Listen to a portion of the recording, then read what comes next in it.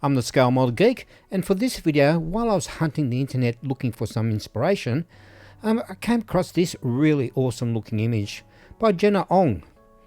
And when I saw this image, I said to myself, Geek, you gotta build this thing, it looks freaking awesome. So, it was off to the hobby shop and I found myself this old kit. This was originally released way back in 1955, but this particular kit is the 1980s version, so it's pretty old, the moulding, so it's actually terrible. The moulding's really clunky in it. The parts are big and thick and lots of sprue and yeah, it's terrible. But anyway, it's exactly what I needed. And for the chassis, I downloaded that from Thingiverse and resin printed it on my resin 3D printer. The original 3D file had it as one big piece, but unfortunately when I printed it with all these supports, the separate components of the chassis weren't linked together. So when I pulled the supports off, the whole chassis just came apart. I ended up with a whole bunch of extra pieces that I had to super glue together. Not to worry, a bit of fun. I also printed up a whole bunch of accessories to put on the deck of the tugboat. And this is a jerry can in 1:108 scale. And a potato sack, or a food sack. I did do some modifications to the original STL file. I fixed up these suspensions by replacing the springs. And it's time to get stuck into the construction. The usual filing, sanding, a bit of super gluing. I did also break the chassis accidentally with all those supports. Oh boy, there were so many supports. There's my custom suspension system. And that's what the chassis should have looked like when it came straight out of the printer. Not to worry, it didn't take that much extra work. Now measuring up the hull, just marking out the areas that I need to cut out for the suspension sections. Now this section was a bit of a trial and error. I was cutting out bit by bit trying to get it right, but I did overcut it a bit. That top area, the big oval shapey area, was just way too big, so I had to patch it up a bit with some plastic card. I used a cylindrical grinding bit to get the rough shape that I needed, and then filed it closer to what I need. Like I said, that's my patching up areas. I added some plastic card there, and I thought I'll add some detail, make it a bit more interesting as well. I added some thicker vertical plastic styrene, just so when you look into the arches you can't actually see the inside of the hull. Plus that'll be painted black a bit later on. Just drilled out some holes and added some struts or pegs or whatever they are, so the wheels can fit on properly, and onto the construction of the rest of the tug. This was pretty straightforward, just following the instructions as I went along. Like I said earlier, this is a really rough kit. To be fair, it is a 68-year-old kit. And it still sells, it's still around. That's pretty good, I guess. Now painting the inside of the hull, like I mentioned only a second ago, or two, so we can't see any details through the little wheel arches or the suspension arches.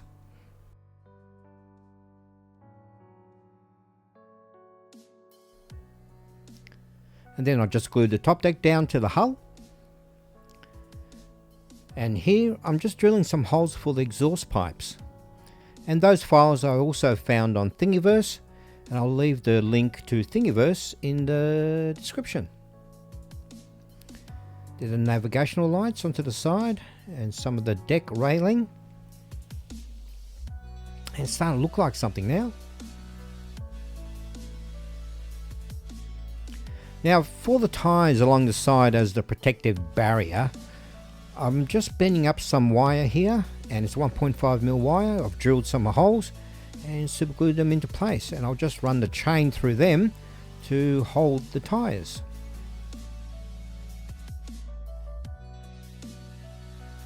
If you haven't already, please smash that like button, subscribe to the channel and share the video. Your support will be greatly appreciated.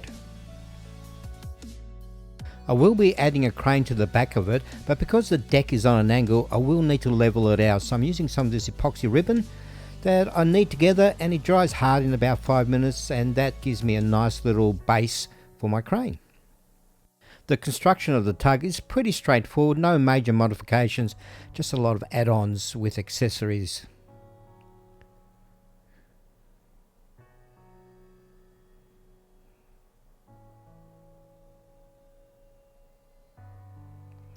For the base coat, I'm using this German red brown from Revell, and that's a nice even coat across the base.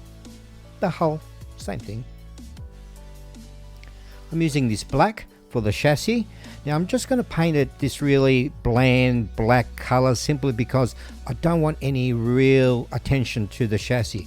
I want all the focus to be on the tug. I'm just masking off the painting that I just did, and I'm about to paint the whole thing in an off-white. That's the deck and also the top deck.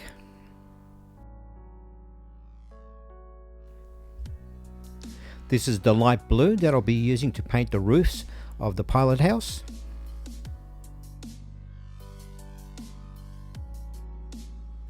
And back onto the flat back for the guardrail. I'm a big fan of the post-apocalyptic look. I love my movies like Mad Max. I love the idea that you can repurpose and retool things to suit other needs. Now let's face it, a tugboat with wheels on land is a pretty dumb idea, but it looks so cool. Now it's time to start detailing that paintwork. I'm using some of this red from Revell once again, and painting the guardrails,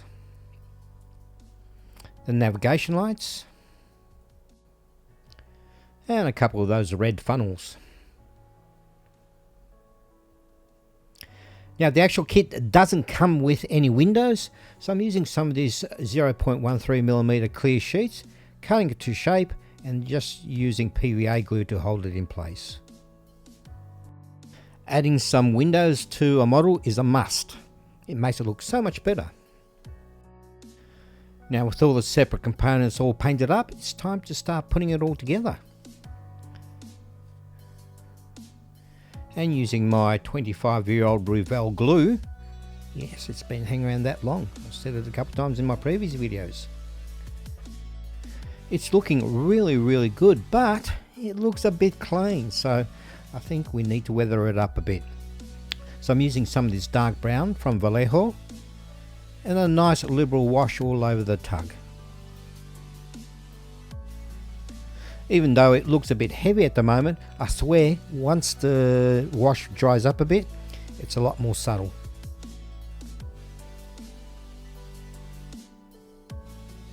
Now for this panel line accent colour in dark grey, just to push out some of the detail like the portholes, the doors and that type of thing. This is a really thick paint from Ammo called gunmetal. And this is specially designed for dry brushing, and I'm using that to dry brush those towing bits as well as the guardrails, or the deck rails, and there's that crane I mentioned earlier. This light metal from Ammo, and I'm using that to do the mag wheels. The very spiky mag wheels, very dangerous looking mag wheels. Now I start off dry brushing the whole area, then the flat black just to clean up some of the excess dry brush. Here I'm using the dark brown wash from Revell on the rims, and for dry brushing the tyres, some of this light grey from Ammo. And this should give it that really sun bleach type kind of grey that tyres experience once they've been out in the sun too long. I will weather them a little bit more further down the track. And to bring out some more detail of those rims, I'm using some of this panel line accent colour from Tamiya. It's black, and that's just to pop out all the bolts, the lug nuts, that type of thing in the rims. Now using some two-part epoxy glue, I'm just adding the tyres to the chassis. Now because it's 5 minutes, I kind of had to hold it there for a few minutes until it steadied itself. Then I left it to harden. And off camera, I gave the whole chassis a wash of that dark brown from Revell. These are the tyres that'll be hanging off the side of the hull, and the shipping container that are painted in yellow off camera. I'm weathering these the same way I did the previous big tyres, and subgluing those exhaust system, or the exhaust pipes, to the side of the hull.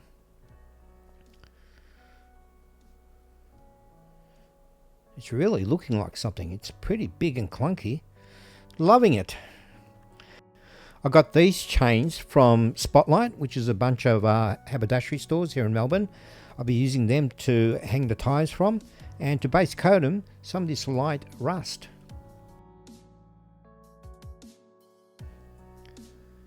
To add the tyres to the side, all I did was super glue one end of the chain to one of those lugs that I put on the sides. Well, I don't know what to call them. Then I threaded through, then through a tyre, then through another lug, and through another tyre, and so forth. I ended up with this. Fiddly, but satisfying. And of course the other side as well. Now you may have noticed the chains are really floppy, so to resolve that I just used a bit of diluted PVA glue and just brushed it on the chain. So once that dried, it stiffened up that chain and it came up really good. Time to detail this shipping container. Now I downloaded this logo, Mask, I think that's how you pronounce it, from the internet, and printed it out on my laser printer onto some decal paper. And because my printer does not print white, I had to mark out a little square so I can paint that section in white and then put the decal over the top of that. One day I'll need to invest or find myself a printer that prints white. But what I've seen so far, those printers are very, very costly. Really can't justify considering the amount I actually print. I left the decal in some warm water for about 20 seconds and just slid it straight onto the shipping container. And it came out better than I thought it would, considering the corrugated finish. Just using one of those earbuddy things, cotton earbuds, and pushing it into the crevices. And of course the whole thing needs a wash of some of this rust.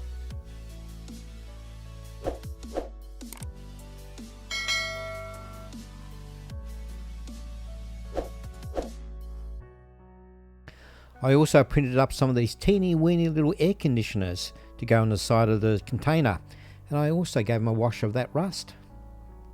Talking about wash, here it is again, and this time I'm doing the chain. Just to add a bit more visual interest rather than just the base coat that I painted earlier.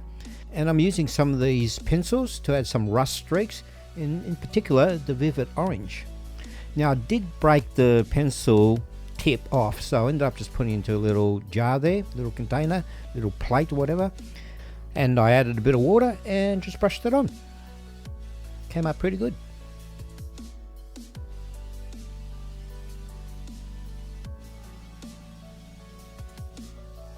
That's the finished result. To glue the shipping container onto the tug, I'm using some 5-minute epoxy glue. I tend to use the 5-minute stuff in areas that I need to adjust.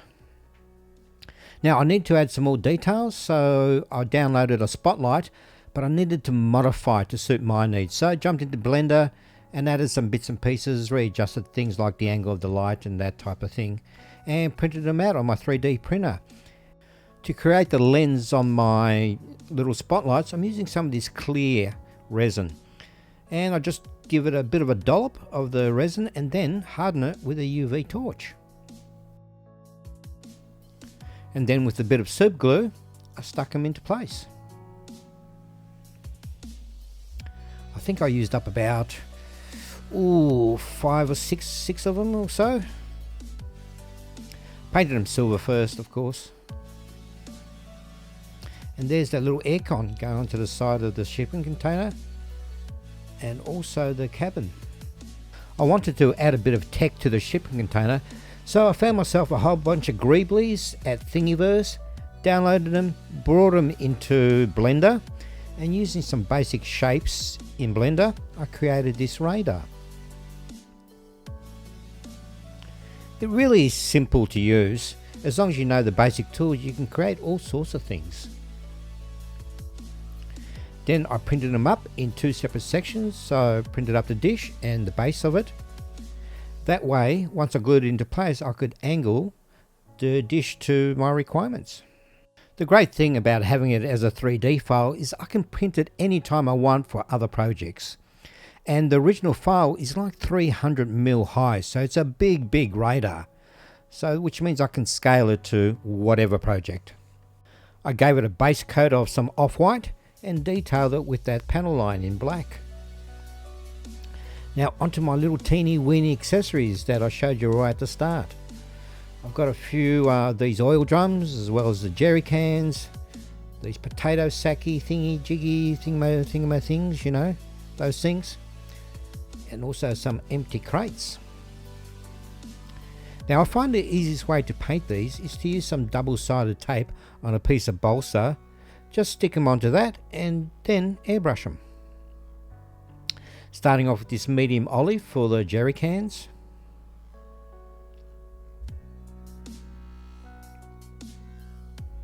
And this light blue for some of the oil drums. Then the rest of the oil drums in some red, all from Revell. Now to pull out all the detail, once again, some of this panel line. Off camera, I did dry brush the jerry cans with a lighter green. Not only does the wash weather up an object, but it also unifies all the different colours together. Gives it a colour contrast to it all. Then onto some PVA to glue everything into place.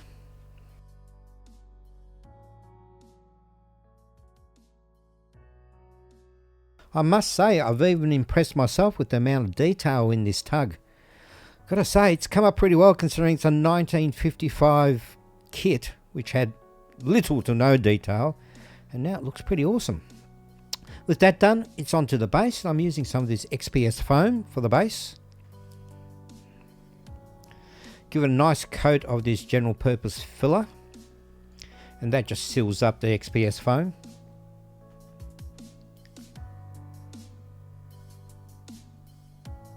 I left that for a couple of hours to dry, and I need to add some imprints from the big heavy vehicle. I'm using this extra tie that I'd printed up. I then work out my composition, where I need this land vehicle to be, and then with a bit of force, I push the tie into the surface. That left me with a really cool looking tyre mark. Of course, I had to do it twice, because there's 4 tyres, or 2 sides. Now to break up the really plain surface of the base, I added some real earth to it. Now to hold everything into place, I'm using some PVA glue that's been diluted with water. Now I've seen quite a number of makers, what they do, they spray the whole thing with some isopropyl alcohol, IPA. You really don't need to do that, just add a couple drops of dishwashing liquid to the solution, to the diluted wood glue.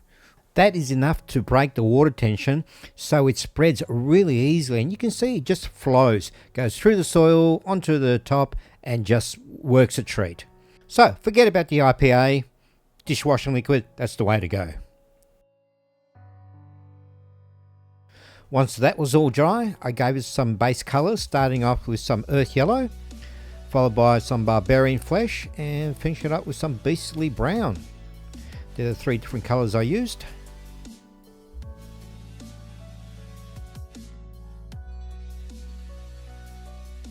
To unify all those 3 colours, I just used some acrylic brown paint, just lightened it up with some white, added some water to really turn into a thin wash, and then painted the whole base with it. Doing small sections at a time, then dabbing it up.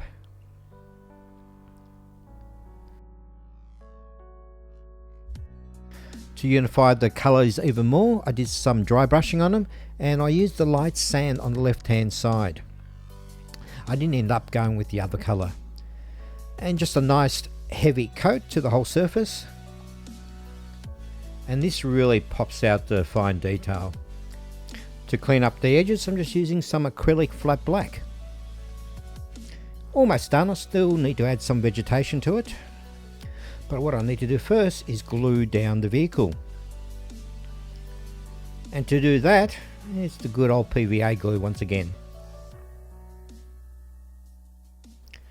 Now while that is drying, time to add one more final big detail to the vehicle, and that's this huge anchor to the front of it. Giving it a coat of flat black first, then a bit of a dry brush with the gunmetal, and next is, that's right, the dark rust from Revell. Now, using a bit of super glue, I glued down one end of the chain and just threaded through the actual anchor. Of course, stiffened it up with that dilution of the PVA glue. One of the tricks to give things scale, especially when it's a vehicle this big, is I think you need to add figures. And in this particular case, at 1:108 scale, these figures are about 14-15 in height. And with the figures, it really gives you that grandiose type feel to the whole scene. With this type of scale of figures, there's really not much detail you can paint. It's effectively just block colours. But the trick is to add some of these accent colour, give it a wash over the garments, and that gives you a bit of depth to the garments rather than looking a bit cartoony. And then some super glue to lock them into place. I think I did about 7 figures here. One kneeling down on the tyre, one sitting on the side there, and the rest standing. Now to add the final detail to the base, which is some vegetation. Now I picked up some of this turf stuff from a hobby shop. I grabbed 3 different types. I didn't know which one to use. I ended up using that third one there and a bit of PVA to hold it into place. And all I did was just sprinkle it on top of the PVA, push it down, as you can see, make sure it really connected well, and then left it to dry. And now for the final bit of the whole diorama, it's time to unify everything together. I'm just grinding down some pastel chalk here using some sandpaper, then scooping it all together with a toothbrush, and then brushing it onto, or rather dusting it onto, my vehicle. This technique really brings the model into the scenery. And like I said, it unifies everything, makes it part of the diorama, and just gives it that wonderful finishing touch. It looks like it should be there. I'm really happy with this. I'm very proud of the final result. Let me know what you think in the comments, and you guys have been so good, so it's time for the hero video.